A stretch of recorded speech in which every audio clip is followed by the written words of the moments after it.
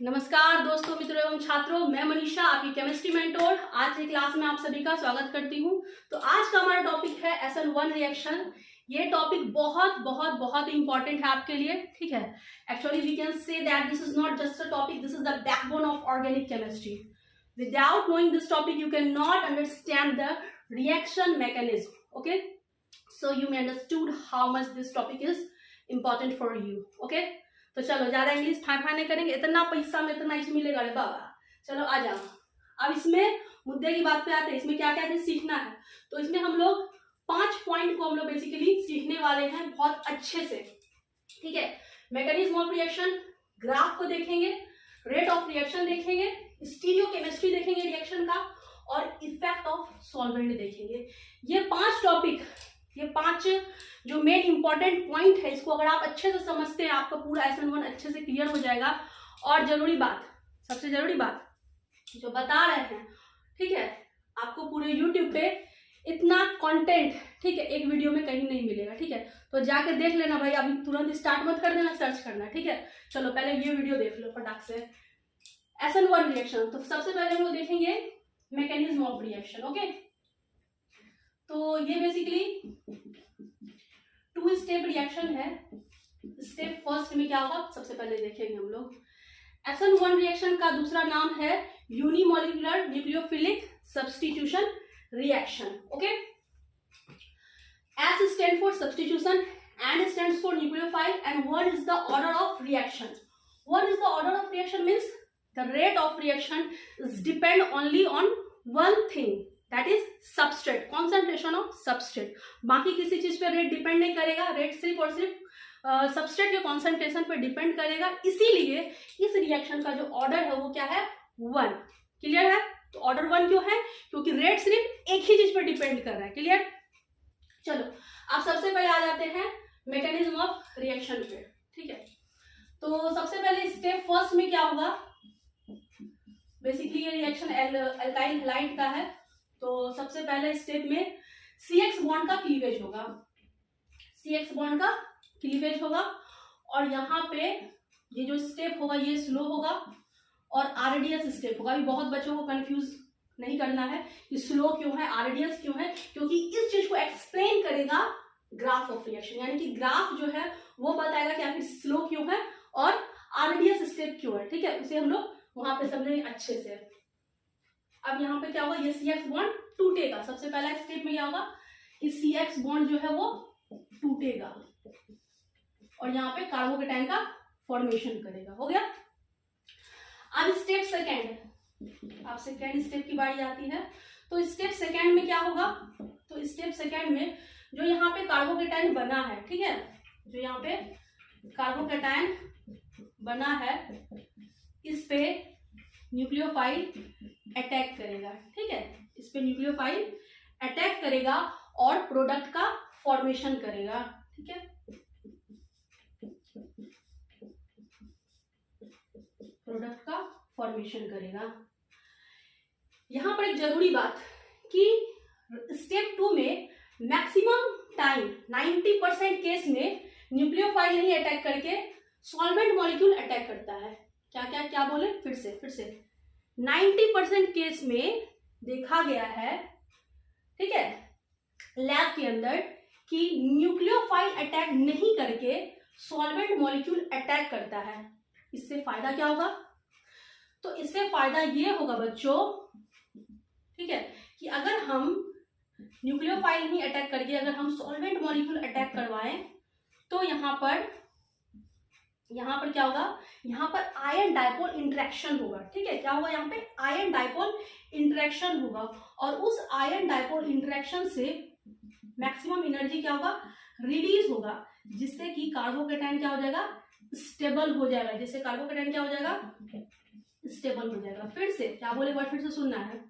अगर हम लोग, ठीक है, 90% केस में ऐसा देखा गया है कि न्यूक्लियोफाइल अटैक नहीं करता कार्बोकेटाइन पे, वाटर मॉलिक्यूल H2O अटैक करता है कार्बोकेटाइन पे।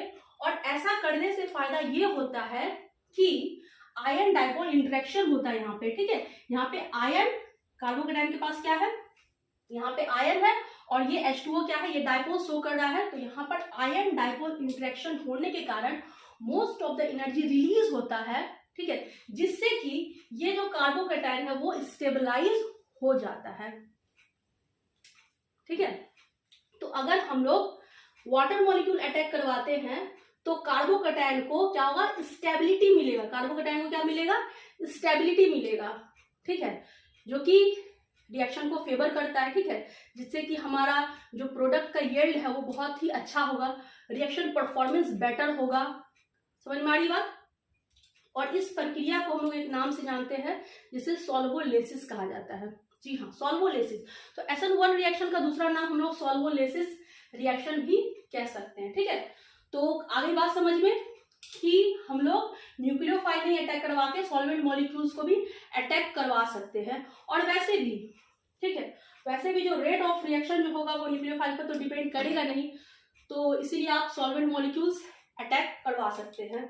खैर चलिए आगे हम लोग देखते हैं। अब हम लोग बाकी जो जानकारी है इस रिएक्शन का, ठीक है, वो हमें मोस्ट ऑफ द जो इम्पोर्टेंट चीज बोल सकते हैं या फिर रोचक चीज, ठीक है, वो हमें मिलेगा ग्राफ से। जब हम लोग ग्राफ को समझेंगे तो इसके बारे में और हम लोग डेटा कलेक्ट कर सकेंगे। क्लियर है इस रिएक्शन के बारे में। तो चलिए हम लोग ग्राफ को समझते हैं।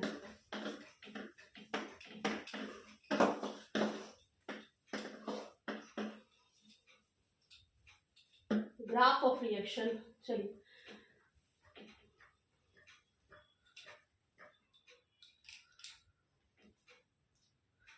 तो लैब में ये रिएक्शन जब प्रोसीड हुआ, ठीक है, तो प्रोसीड करने के बाद जो इसका ग्राफ का जो बिहेवियर आया वो कुछ इस टाइप का है, ठीक है।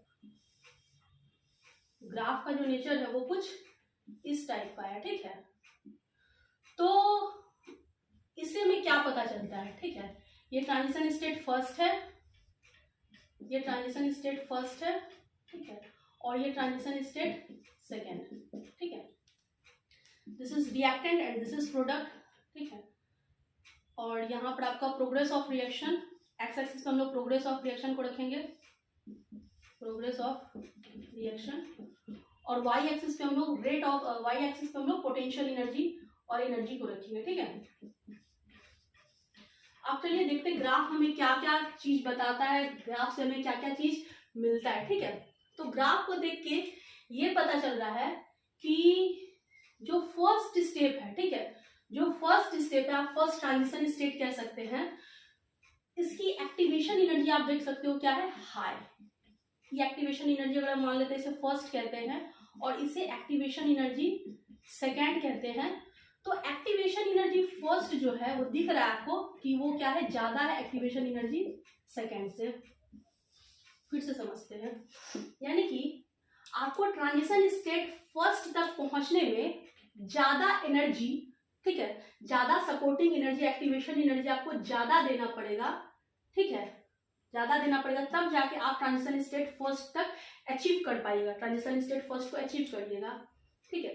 तो फर्स्ट एक्टिवेशन एनर्जी हाई होने के कारण, ठीक है, तो यहाँ पर क्या हो गया कि फॉरवर्ड रिएक्शन का, अब अगर हम बात करें कि हमें कैसे पता चलेगा कि जो रिएक्शन है वो इंडोथर्मिक है या एक्सोथर्मिक है, तो इंडोथर्मिक और एक्सोथर्मिक जो है वो इंथैल्पी ऑफ रिएक्शन से पता चलता है, यानी कि डेल्टा एच। डेल्टा एच हमें बताएगा कि यहाँ पर जो रिएक्शन है वो एक्सोथर्मिक होगा या इंडोथर्मिक होगा।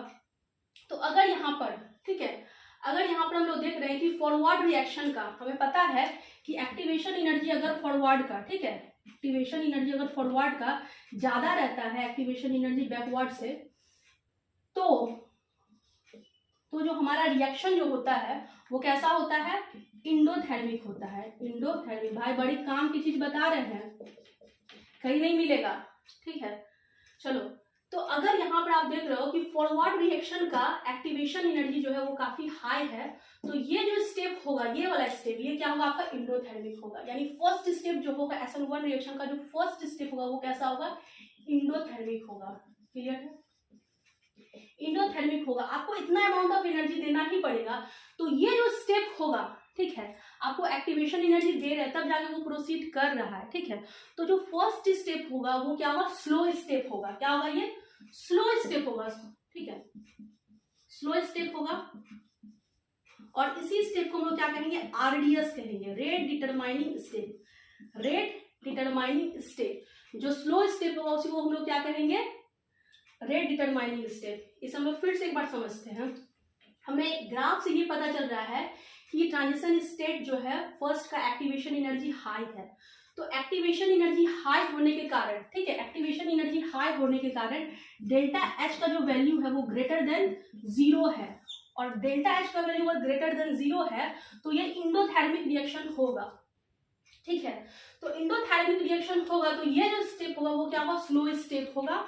और क्योंकि स्लो स्टेप है तो ये क्या होगा, आरडीएस स्टेप होगा।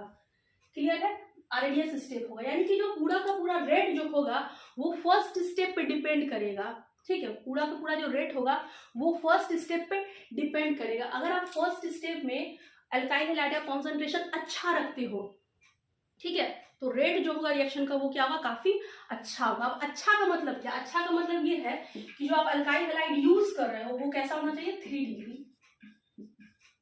अच्छा का मतलब क्या, अल्काइल हैलाइड कैसा होना चाहिए, 3 डिग्री। यानी कि ये सारा का सारा आर कैसा होना चाहिए, CH3 होना चाहिए, या आप CH3 रखो, ठीक है, 3 डिग्री होना चाहिए। अगर ये 3 डिग्री है तो यहाँ पर क्या होगा, कार्बोकेटाइन ज्यादा स्टेबलाइज होगा, रेट क्या होगा, काफी अच्छा होगा, ठीक है। रेट ऑफ रिएक्शन क्या होगा, काफी अच्छा होगा। क्लियर है यहाँ तक? क्या क्या हम लोग देखें, तो हम लोग देखें ग्राफ ऑफ रिएक्शन। ग्राफ से हमें क्या पता चल रहा है कि जो फर्स्ट स्टेप होगा वो क्या होगा, स्लो स्टेप होगा। क्लियर है, चलिए राइट डाउन।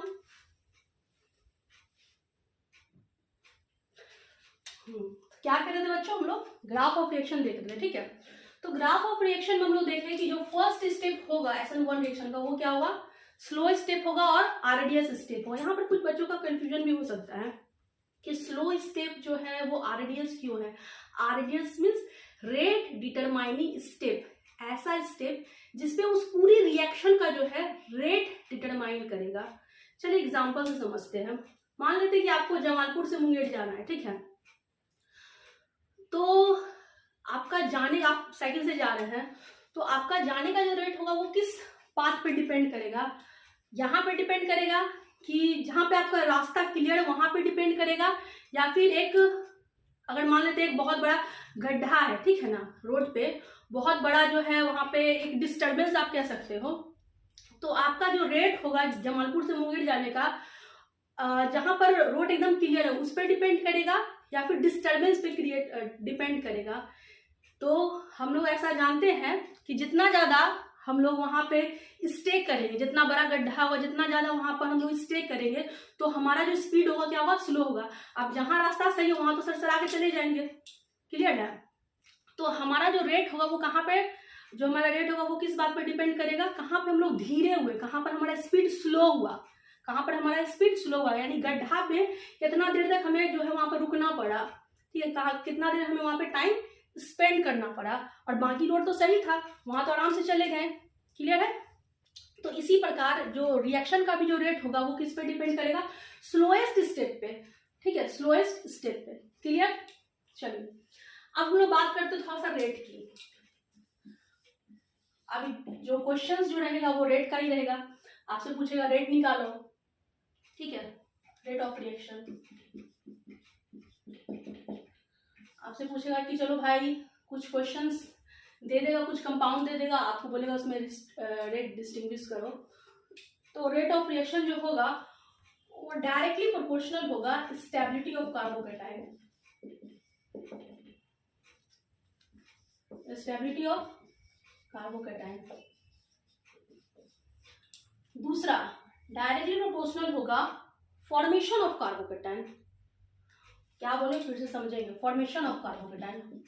ऊपर वाला तो समझ में आ गया होगा लेकिन नीचे वाला नहीं समझ में आएगा, इसे एग्जांपल से समझेंगे। फॉर्मेशन ऑफ कार्बोकेटाइन क्या बोल रहा है भाई, समझते हैं।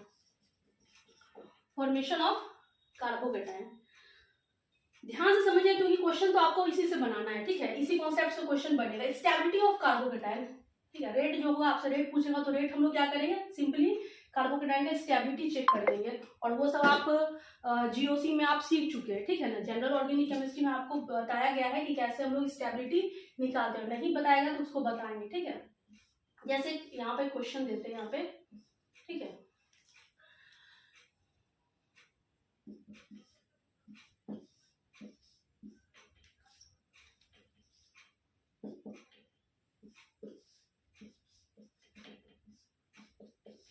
ये ए है, ये बी है और ये सी है।